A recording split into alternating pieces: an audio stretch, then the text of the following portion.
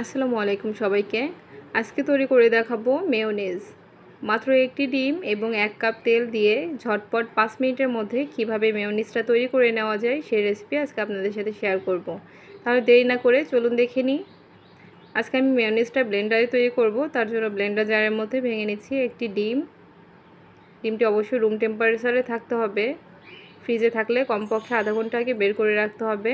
এখন এর মধ্যে দিয়ে দিব হাফ চামচেরও একটু কম লবণ, দিয়ে দিব 1 টেবিল চামচ চিনি, আর দিয়ে দিব 1 টেবিল চামচ লেবুর রস,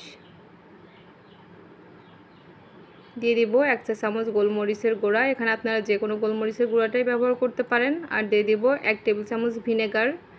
ভিনেগারটা দিলে মেয়োনেজটা 2 থেকে 3 দিন রেখে খাওয়া যাবে। এখন এর মধ্যে দিয়ে দিব 1 কাপ পরিমাণে তেল, তবে তেলটা আমি একবারে না দিয়ে এটি আমি 4 বারে মিশিয়ে নিব। 1 কাপের 4 ভাগের 1 ভাগ তেল দিয়ে দিব। দিয়ে এখন এটাকে আমি ব্লেন্ড করে নিব।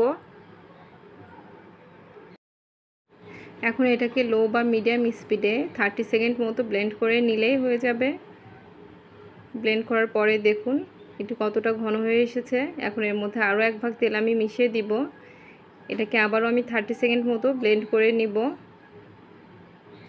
দেখুন 2 বার তেল মেশানোতে কতটা ঘন হয়ে এসেছে। এখন আরও কিছুটা তেল মিশিয়ে দিব, দিয়ে এটাকে আবারও ব্লেন্ড করে নিব। তৃতীয়বার মেশানোর পরে আবার চতুর্থবারে আমি সম্পূর্ণ তেলটাই দিয়ে দিব, দিয়ে এটাকে আবারও ব্লেন্ড করে নিব।